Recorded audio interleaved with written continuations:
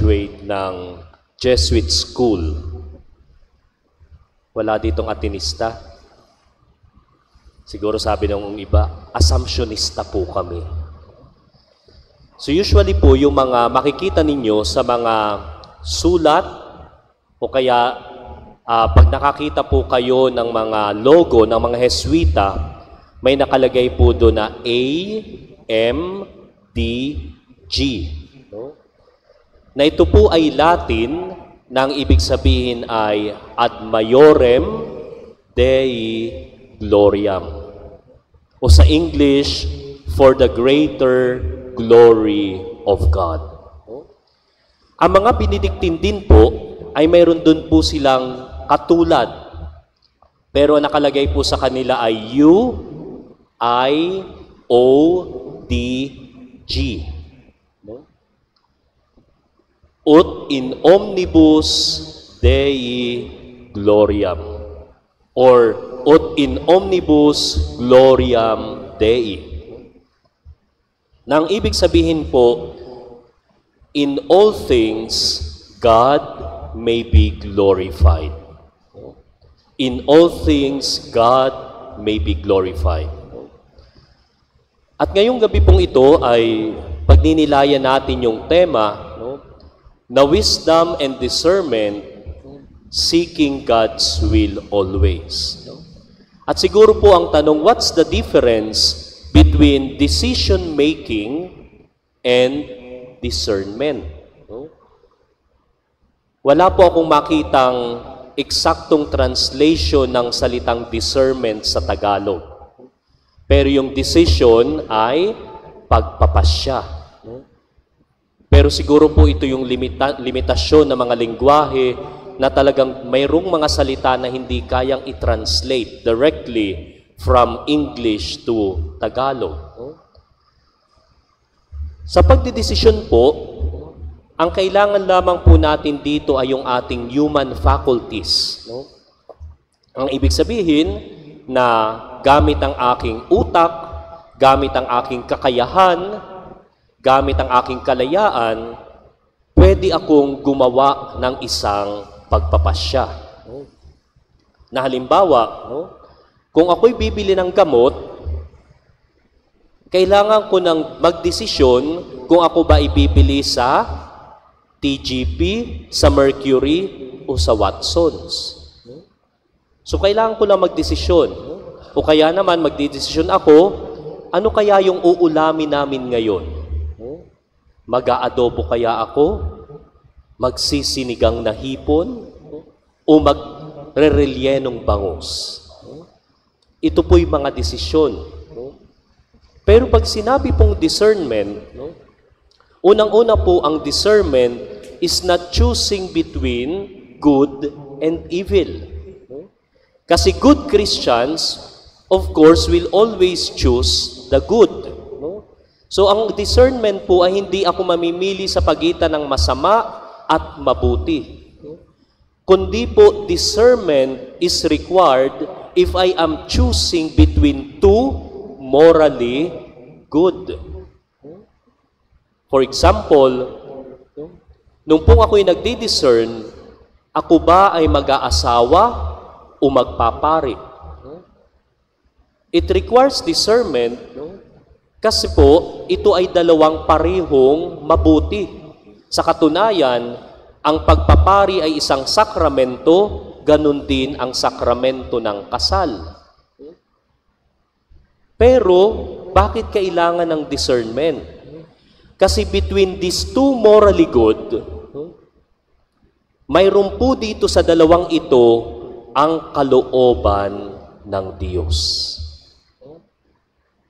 At kailangan kong mag-discern kasi ang kailangan ko ay masunod ang kalooban ng Diyos. Pag bibili ako ng gamot, hindi ko kailangang tanungin, Lord, ang bibilhin ko ba ay biogesic, o generic na paracetamol, o kaya naman ay Newsep, o Decolgen, ano po ba bibilhin ko? Hindi natin ito tinatanong. Pero sa mga ganito pong pagkakataon, kailangan nating tanungin, Lord, alin ang kalooban mo sa dalawang ito. Kasi alam po natin, no, bagamat sila ay dalawang mabuti, no, pero isa doon, hindi kalooban ng Diyos. At dahil dito, kailangan kong tanungin ang Diyos, no, kung ano po ba ang kailangan para masunod ang kanyang kalooban. Kaya nga po si Saint Benedict na very conscious, no, na dapat lahat ng gagawin niya is to glorify God, no, that in all things God may be glorified. No? Benedict spent hours talking to God. Isa po ito sa requirement to have a good discernment. No? Nakatulad po ni Saint Benedict, no, na kailangan po mayroon akong panahon para manalangin. No? Kilala naman po natin na si Saint Benedict ay isang contemplative. No? Sa katunayan, he is the father of Western monasticism. No? Siya po yung nagsimula ng mga monasteryo. No? Kasi prior to Benedict's time, mayroon na pong mga contemplative pero they are called hermits. No? Mga ermitanyo. They are not living in community. No? At para po malaman ko kung anong kalooban ng Diyos, unang-una, I need to be familiar with the voice of God. I need to know how God speaks. I need to know how God works. I need to know how God intervenes. Pero mangyayari lamang po yun if we spend time knowing who God is. Katulad po halimbawa, no, para malaman natin kung ano po ba yung gusto ng ating mga minamahal, kailangan nating mag-spend ng time. No? Kaya nga yung mga mag-asawa dito na matagal nang magkasama, they know already. No? They know already na kahit katabi lamang nila yung kanilang asawa, pag yan biglang kumilos, alam na agad nung asawang babae o asawang lalaki, may kailangan yan. O kaya naman, pag yung kahit magkatapat lang sila, pag bilang kumindat, no? Yung lalaki dun sa babae, kinikilig na. No? Kasi maybe it's his way of saying, I love you. Dahil nakuha ka sa kindat nung nililigawan pa lang kita. Kaya po kailangan, unang-una, na manalangin. Prayer is the prerequisite of a good discernment. At kung bakit po kailangan natin ng discernment ay dahil nga po sa ating pagnanais na masunod ang kalooban ng Diyos. Sabi po sa Ebanghelyo ngayong gabing ito, so kagabi po narinig ninyo na Jesus called and chose the 12 apostles. At ngayon naman po ay narinig ninyo, ito po yung parallel gospel of Sunday's gospel. Sunday's gospel was taken from the gospel of Luke. Samantalang ito po ay taken from the gospel of Matthew. At inutusan po niya yung kanyang mga disipulo na pumunta sa mga lugar na kanyang bibisitahin. At sabi niya doon, katulad ng narinig natin last Sunday, huwag kayong magdadala ng mga lukbutan, ng mga pitaka, ng extra tunic. Pero sa simula po, may sinabi na kaagad siya doon. Sabi niya dito, as you go, make this proclamation, the kingdom of heaven is at hand. So, ibig sabihin po, ang pagsusugo sa bawat isa sa atin, malinaw dapat sa atin na tayo'y isinusugo ng Diyos para iproklama na ang paghahari ng Diyos ay naririto na. At kung bakit po kailangan ang discernment sa aking pagpapahayag na ang paghahari ng Diyos ay narito na, Dahil kailangan ko palaging marinig unang-una ang boses ng Diyos. Kasi alam naman po natin na tayong mga tao, we are always tempted. Palagi po tayong natutukso sa pangangailangan, sa kapangyarihan, karangyaan at pagkilala. At kung hindi ko na ngayon maririnig ang boses ng Diyos, bagamat gagawin ko yung sinabi ng Panginoon to cure the sick, to raise the dead, to cleanse the leper, and to drive out demons, I will attribute all those things no longer to the one who sent me, but to myself. Palagi po natin itong temptation. Tingnan po halimbawa natin, ngayon magpipiesta, at sasabihin, naku, kailangan ng parish ng ating tulong. Kailangan ng parish natin ng pambiling bulaklak, pampakain sa mga bisita, stipend sa mga pari at kay bishop. At sasabihin natin, we gladly, sa akin ang karangalan na magbigay ng sa simbahan. O ay kaso, sinabi, naku, I am humbled that I am asked to serve the church through my generous contribution. Ngayon, nagpasalamat si Father Ray. Nakalimutan ang pangalan mo. Nakalimutan ni Father Ray, lumukso yung kanyang tingin dun sa papel. At dahil dito, nakalimutan, nasabihin ako, salamat kay ganito. Tingnan po natin yung ating reaksyon. Pag nag-walk out kayo sa simbahan na ito, na masama ang inyong loob, na nabibisit kayo dahil hindi kayo na-recognize, kaya sasabihin, ang laki-laki pa naman ang binigay ko, donasyon. Sana nagbigay nila ako ng 50. Kahit hindi ako banggitin ni Father Ray, okay lang yun. O kaya naman, sana hindi na lang ako tumulong sa preparation sa fiesta. Pagod na pagod ako pagkatapos ang nabanggit, yung leader namin na walang ginawa kundi mag-utos. Samantalang kami, wala. Kami yung pagod na pagod, maglinis, maglampaso. Tapos sinabi, salamat kay Sister ganito.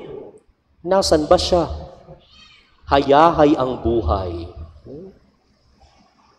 So ngayon, ang tanong, am I doing or I am seeking the will of God?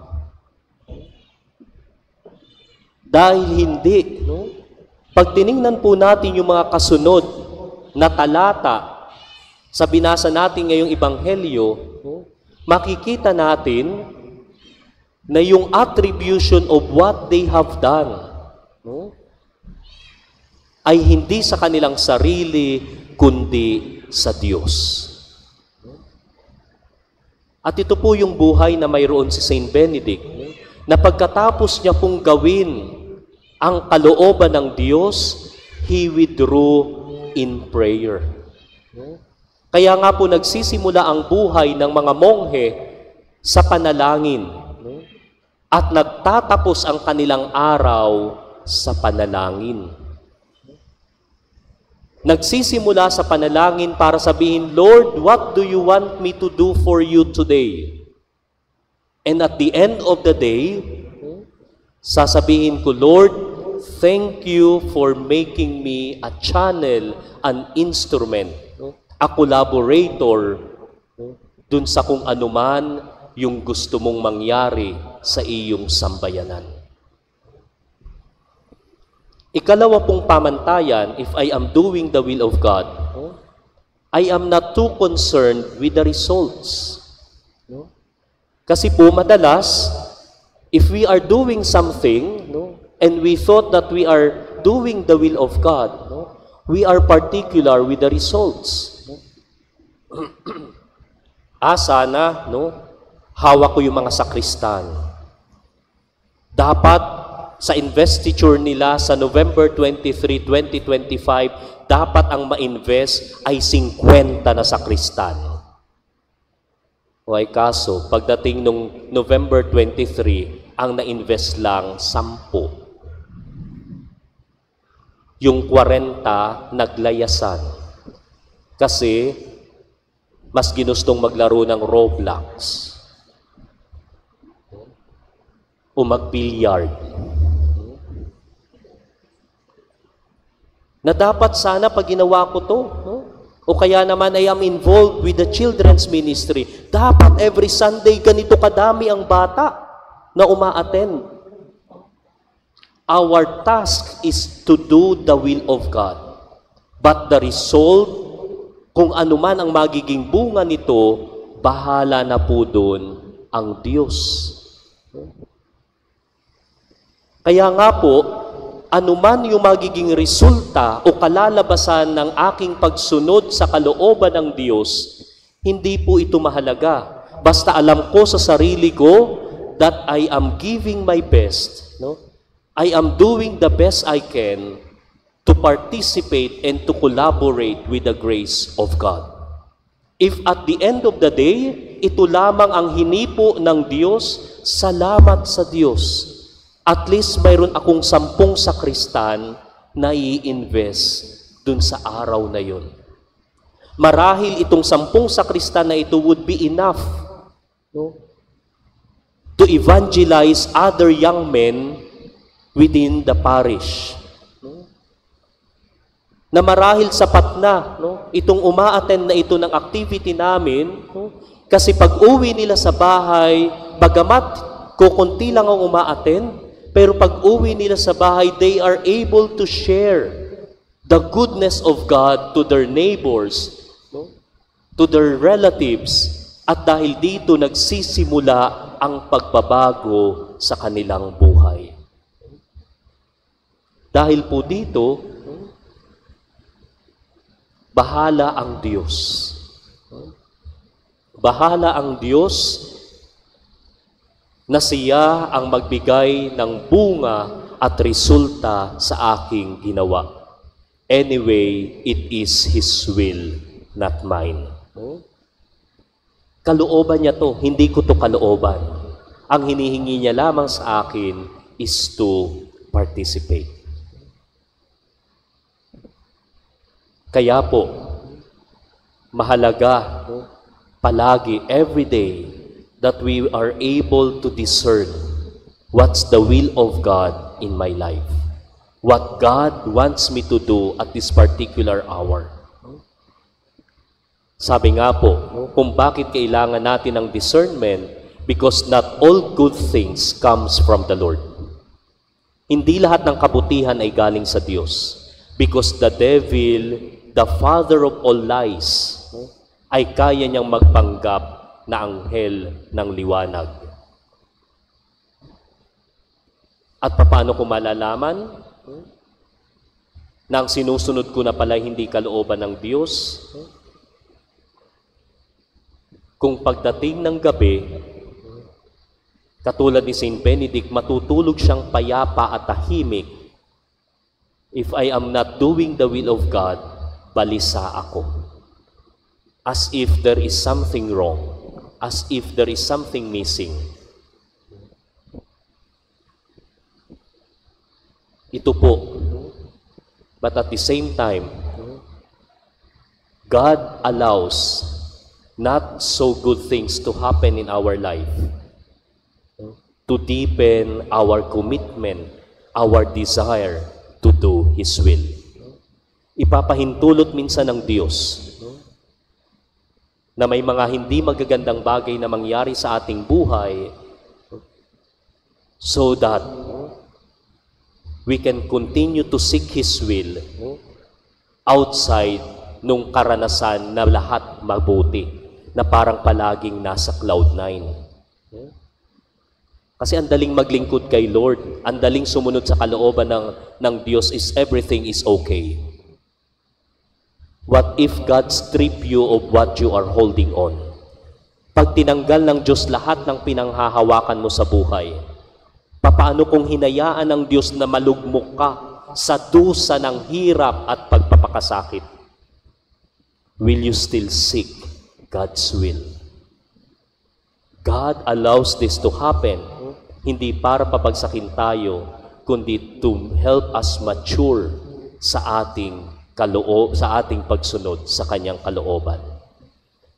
The life of a Christian is always the way of the cross. So sa ating pagsunod sa kalooban ng Diyos, bahagi po nito ay ang pagdanas ng krus ni Kristo. But we need to be always aware, to be docile to the work of the Spirit, so that we may recognize if it is will or not. That in all things, God may be glorified. Amen. Please stand.